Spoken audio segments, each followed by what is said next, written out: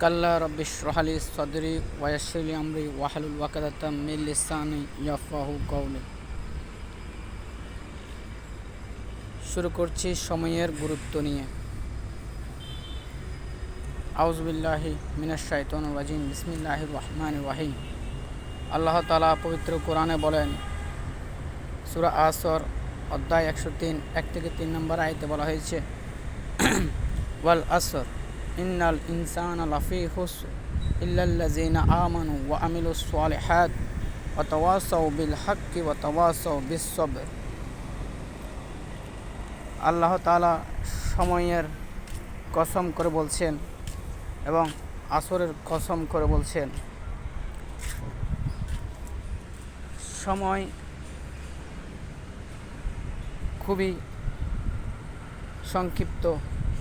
আল্লাহ তাআলা সময়কে উদ্দেশ্য করে বলছেন, আসর এবং মাগরিব এই সময় খুবই অল্প সময়, তার ব্যবধান আসর এবং মাগরিব।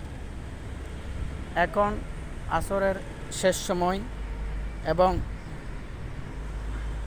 মাগরিব শুরু রাত, আর কিছুক্ষণ পরেই রাতের আগমন হবে এবং আজকের এই দিন অনেকের জীবনের শেষ দিন, শেষ সময়। তাই আল্লাহ তাআলা পবিত্র কোরআনে বলছেন, আসর এবং মাগরিবের মধ্যেকার যে সময় অনুরূপ মানুষের জীবনের সময় এরকম সংক্ষিপ্ত সময়। আল্লাহ তাআলা বলছেন, ওয়াল আসর, সময়ের শপথ এবং আসরের শপথ। নিশ্চয়ই মানুষ ক্ষতির মধ্যে নিমজ্জিত। ইন্নাল ইনসানা লাফি খুসর, নিশ্চয়ই মানুষ ক্ষতির মধ্যে নিমজ্জিত, তবে তারা ব্যতীত যারা ঈমান এনেছে, সৎকর্ম করেছে, সত্যের উপদেশ দিয়েছে এবং ধৈর্য ধারণ করেছে, তারা ব্যতীত। নিশ্চয়ই সময়কে মূল্যায়ন করতে হবে।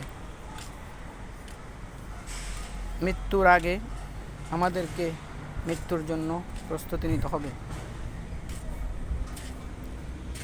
সময় খুবই সংক্ষিপ্ত। অসংখ্য মানুষ প্রতিদিন পৃথিবী থেকে বিদায় নিচ্ছে।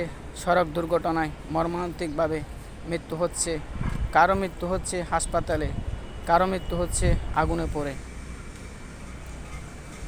আল্লাহ তাআলা পবিত্র কোরআনে বলছেন, এ সময়ের হিসাব নেওয়া হবে, এ সময়কে যথাযথভাবে কাজে ব্যয় করতে হবে।